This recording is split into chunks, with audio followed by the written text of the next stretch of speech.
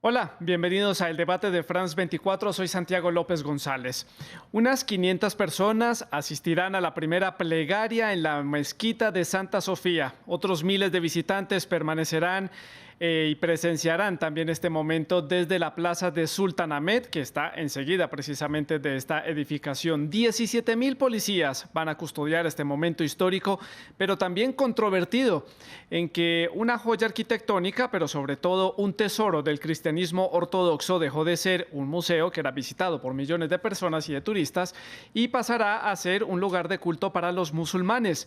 La decisión del presidente turco Recep Tayyip Erdogan de convertir a Santa Sofía nuevamente en una mezquita generó todo tipo de controversias, no solamente en su país, también en Europa, en el resto del mundo occidental y en el mundo cristiano, por supuesto. ¿Cuál es la importancia histórica de esta edificación? ¿Por qué queda en medio de las disputas políticas internacionales?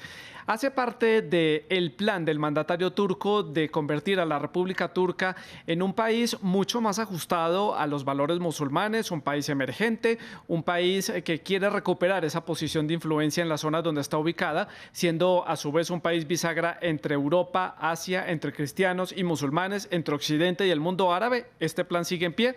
Vamos a analizar este tema con nuestros invitados. La primera que les presento es Denise Fallena. Ella es doctora en historia, también es maestra de museología e investigadora. También nos acompaña José Marín. Él es doctor en historia medieval, decano de la Facultad de Filosofía y Educación de la Pontificia Universidad Católica de Valparaíso, en Chile. Y también está con nosotros Rodrigo Laham Cohen. Él es doctor en historia, vicedirector del Instituto Multidisciplinario de Historia y Ciencias Humanas CONICET.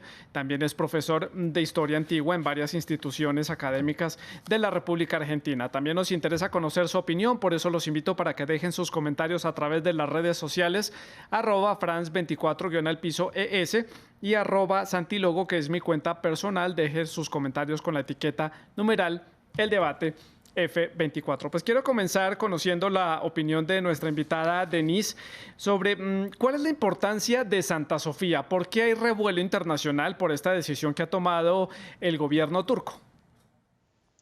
Bueno, yo realmente lo que puedo decir que es algo muy complejo, que tiene muchas aristas y que se tiene que revisar con mucho cuidado porque ante todo Santa Sofía es un lugar de la memoria y tiene funciones diferentes y eso complica mucho las cosas porque no es nada más un objeto de historia, es un objeto de arte, es un objeto que tiene además una tradición de lugar sagrado, de luz sagrada. Entonces, la decisión de cambiar los usos de un complejo intrincado merecería hacer una discusión porque además no nada más se trata de un inmueble que pertenece a un grupo de personas o a un país inclusive, ¿no? Es un legado patrimonial para la humanidad. Entonces, esto se tiene que cuidar muchísimo, muchísimo. Es algo preocupante. Lo Claro. primero que diría es muy preocupante. Sí, Denise, pues por eso estamos aquí en el debate de France 24 para conversar sobre la Así es. importancia que tiene esto para la historia, no solamente para Turquía o para la historia del cristianismo, sino también es una edificación que representa esa unión, ese puente de dos culturas que siempre ha representado Estambul, en este momento Constantinopla, en su momento. José Marín, su opinión, ¿cuál es la importancia? ¿Por qué genera tanta controversia este tipo de decisiones que ha tomado el presidente Recep Tayyip Erdogan y que ha reforzado el Tribunal Supremo Administrativo de Turquía?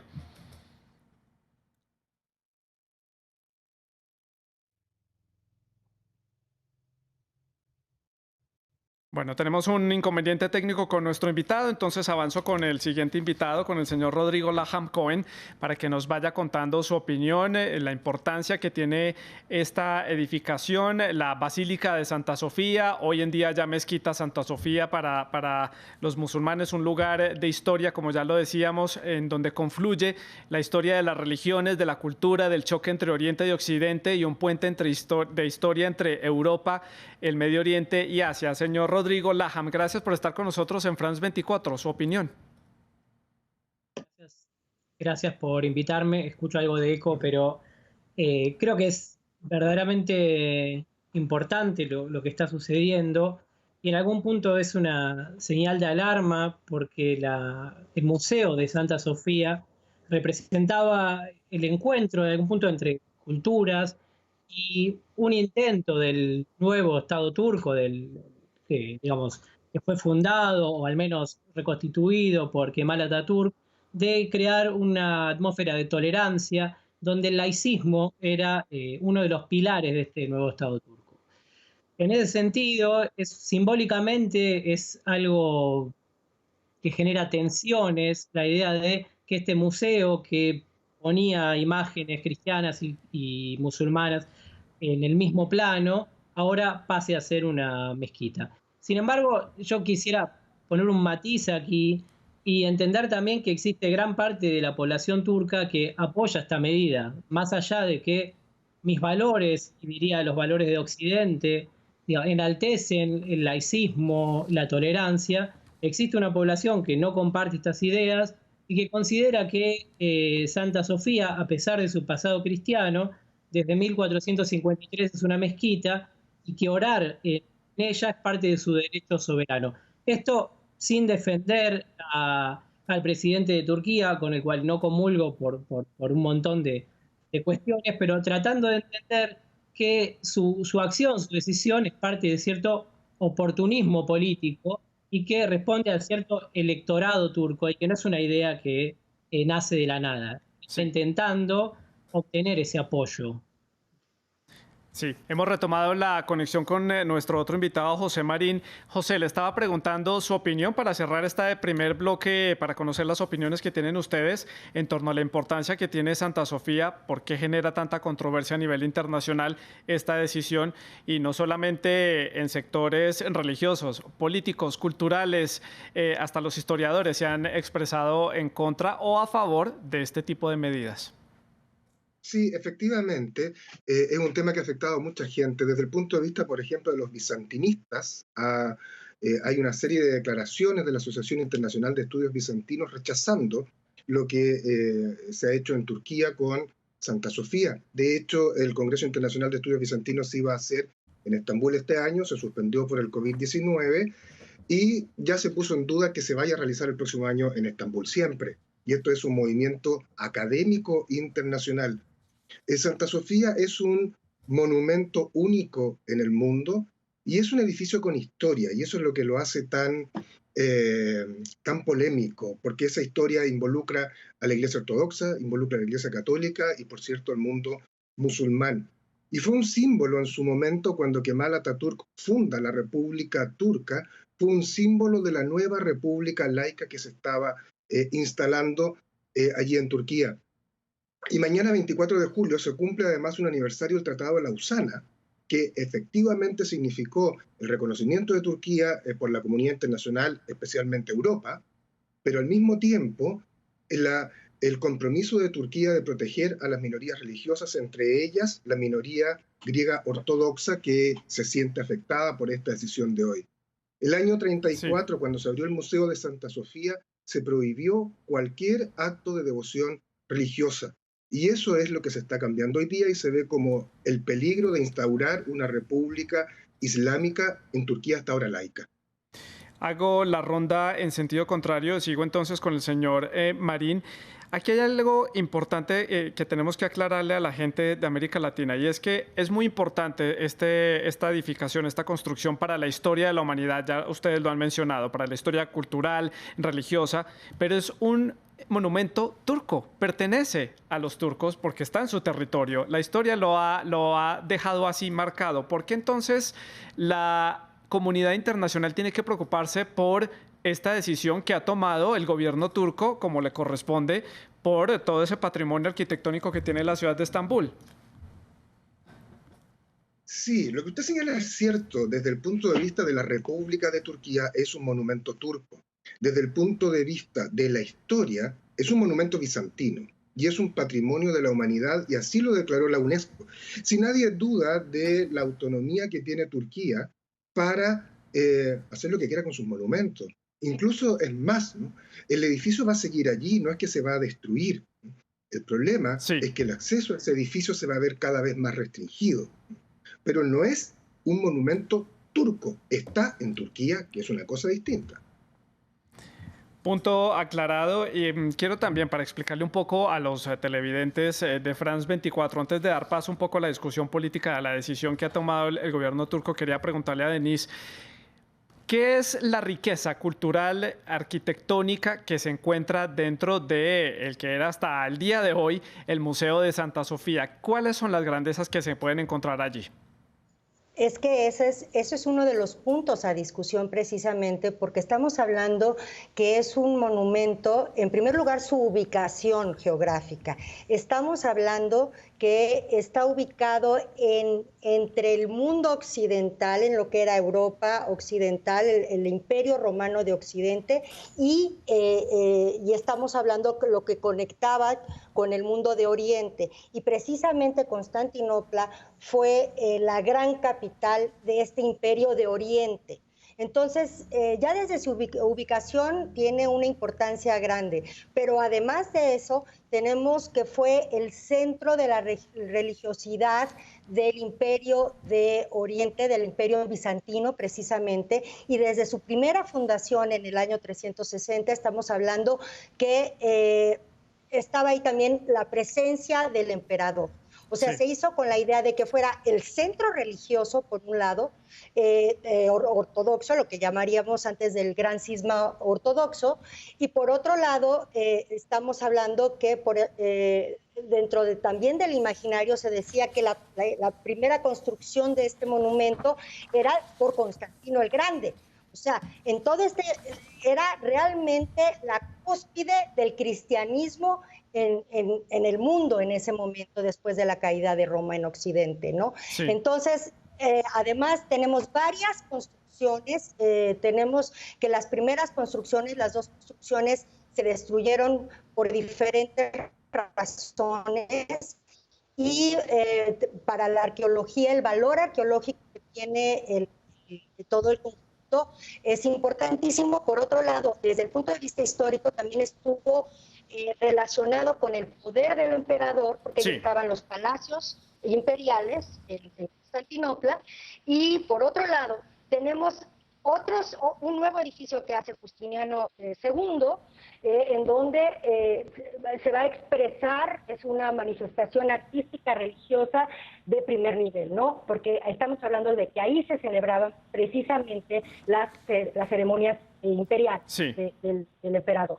Pero por otro lado también hay que apuntar algo muy, muy importante, es que es un lugar de culto también donde había reliquias y donde se consideraba por el mundo cristiano como el centro más sagrado para la cristiandad.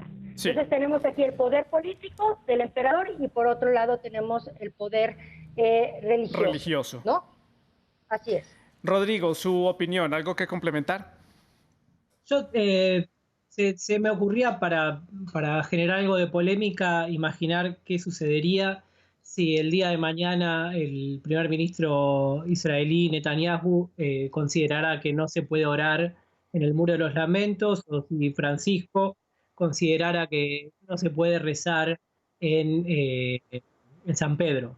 Digo, es una cuestión, yo prefiero que Santa Sofía sea museo, y cuando estuve allí para mí fue muy emocionante ese encuentro de culturas, pero creo que, por ejemplo, las declaraciones de la primera ministra griega, que era un avance contra la civilización, nos habla otra vez de nuestros valores, que defiendo y valoro, occidentales de apertura, pero a veces nos corren el eje de algunas decisiones y que a veces no llegamos a comprender, como otros grupos, digamos, otras sociedades tienen coordenadas de pensamiento diferentes a las nuestras. Insisto, yo quiero a Santa Sofía Museo, pero entiendo también que del otro lado hay gente que está celebrando por esto. Y en cuanto a lo personal, me preocupa más el impacto que puede tener en las distintas minorías religiosas, porque el presidente turco está avanzando en un proceso de islamización, y esto parece más peligroso en términos humanos. En cuanto al patrimonio, hasta donde yo me he informado, en ningún momento se habla de destrucción de patrimonio, se cubrirán las imágenes en el momento de las oraciones y luego se descubrirán para que Santa Sofía continúe siendo ese centro emblemático que tiene una larguísima historia cristiana y luego tiene como 500 años de mezquita. Y también recordar que Kemal Atatürk, cuando comienza este Estado laico turco, también reprime a las minorías, a las mayorías islámicas, prohibiendo la vestimenta. Y para ser un poquito más polémico, cuando nuestros estados, que no son tan laicos como quisiéramos o como quisiera yo, a veces prohíben determinadas vestimentas o prácticas, también tenemos un problema entre laicismo y religiosidad, y que tal vez el caso de Turquía, que nos quede lejos, nos puede hacer pensar hacia adentro de nuestras sociedades latinoamericanas, aquí somos 3 latinoamericanos, cómo opera la religión y hasta qué punto somos sociedades laicas o no, porque cuando aparecen distintos debates, o pienso, me voy a Estados Unidos, sobre la discusión entre creacionistas o evolucionistas, la religión no está tan lejos de lo que creemos en nuestro sistema, de nuestra sociedad.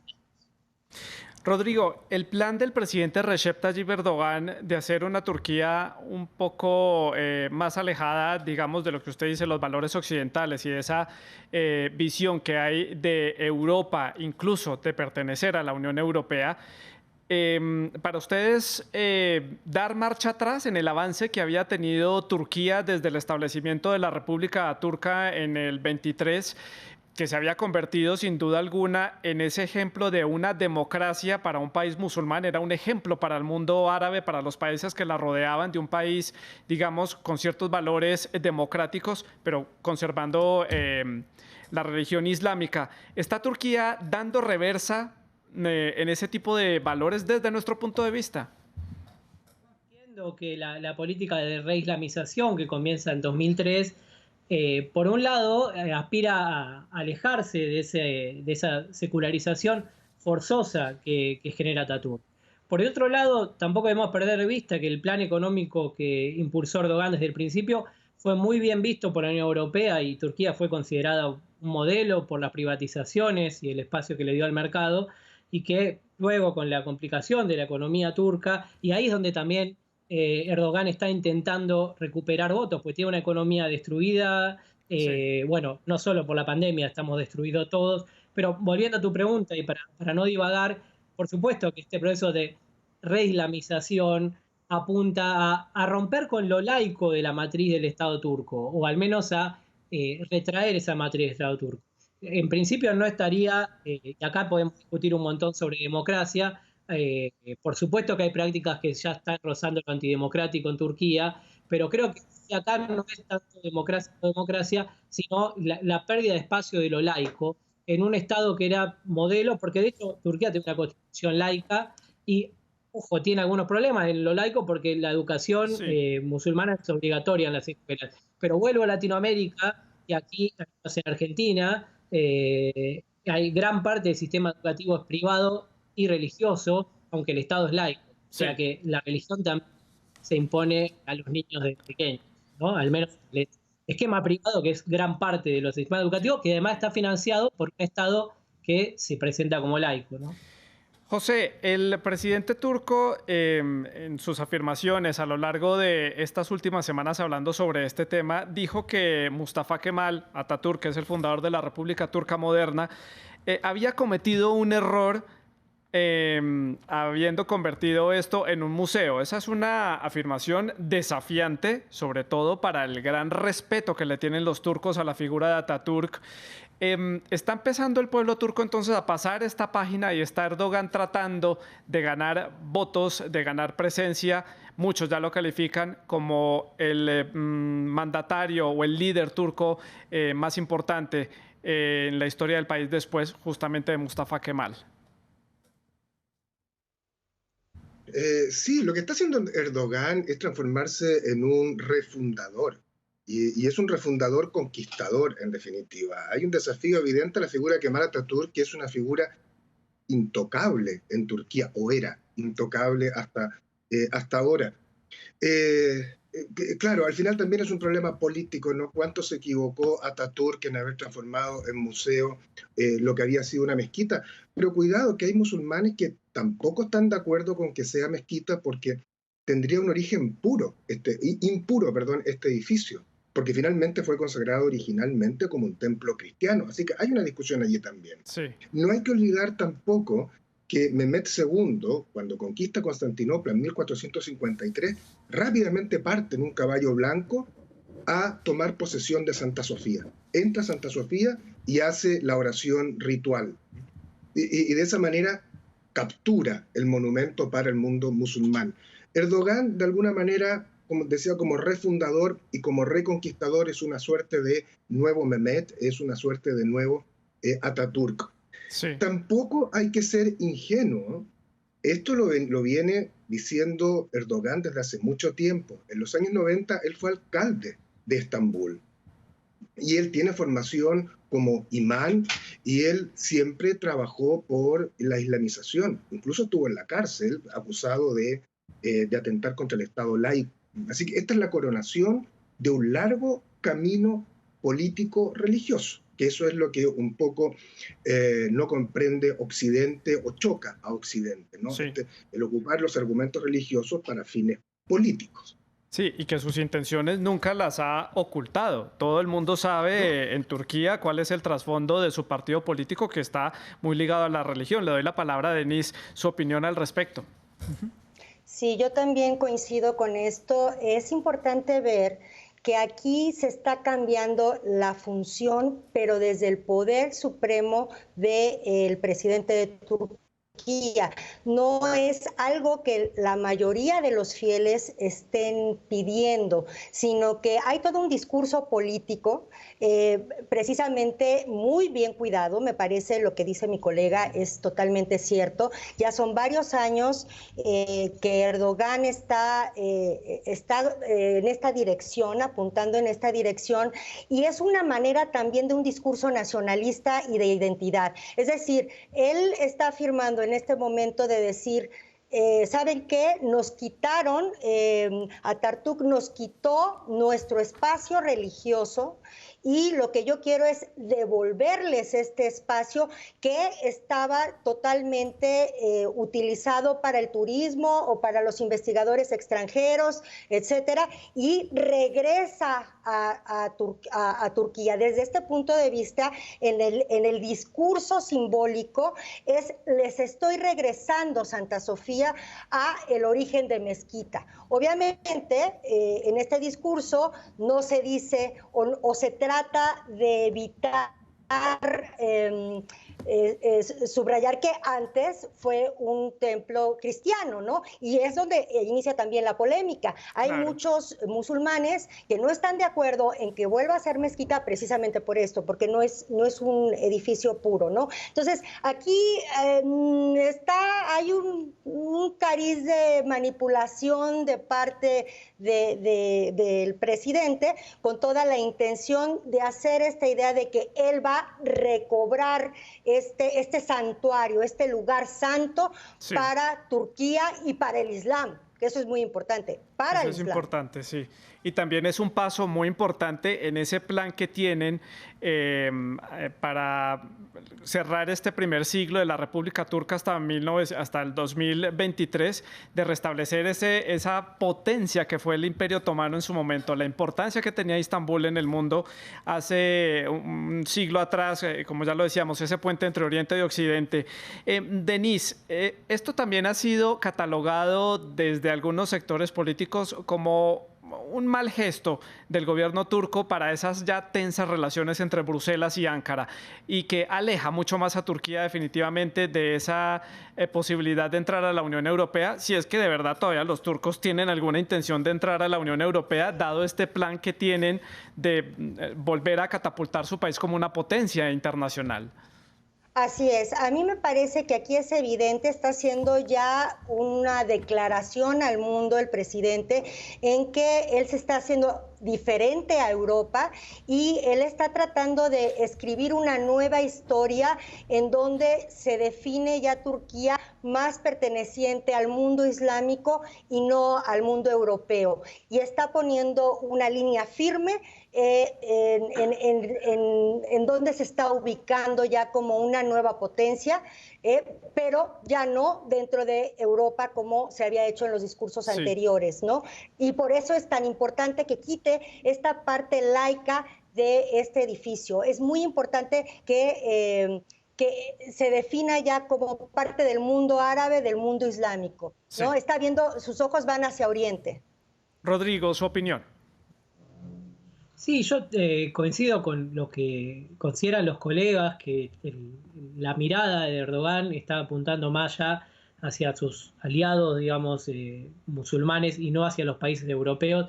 Y retomo lo que vos decías, que es una especie de reversa de lo que planteaba a Kemal Atatürk.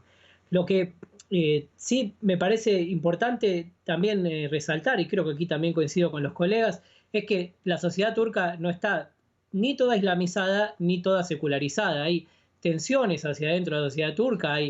No es lo mismo el Estambul que el interior de Turquía, no es lo mismo Ankara que Estambul. Y en este sentido, Erdogan está haciendo una apuesta a el sector más radicalizado dentro del grupo islamista, que es una parte de la sociedad, pero yo entiendo que él considera que ahí tiene una mayor posibilidad de obtener rédito político. Si él está intentando recatapultar a Turquía hacia potencia, para mí la noción de potencia es muy fuerte en el sentido de que Turquía tiene problemas económicos severos. Más allá de tentar el segundo ejército de la OTAN, no es un país que esté en condiciones de competir con potencias europeas en términos de Producto Bruto sí.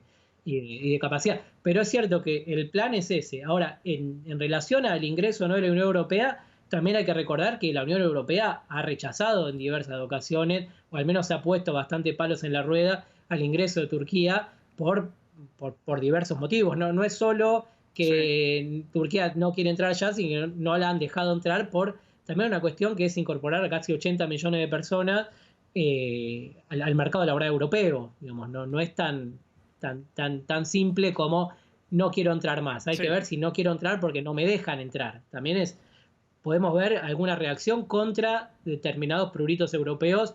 De hecho, Erdogan ha hablado de que Europa quiere ser un club de países cristianos. Ha jugado con esa idea.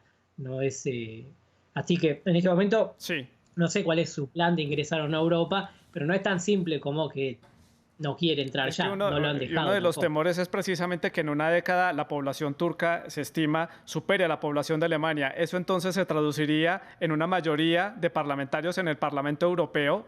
Estamos hablando que entonces Ankara estaría liderando la Unión Europea en menos de una década, algo que los europeos pues claramente no sabemos si están dispuestos a entregar. Hablemos precisamente de las divisiones que hay al interior de este país en términos religiosos, en los términos políticos.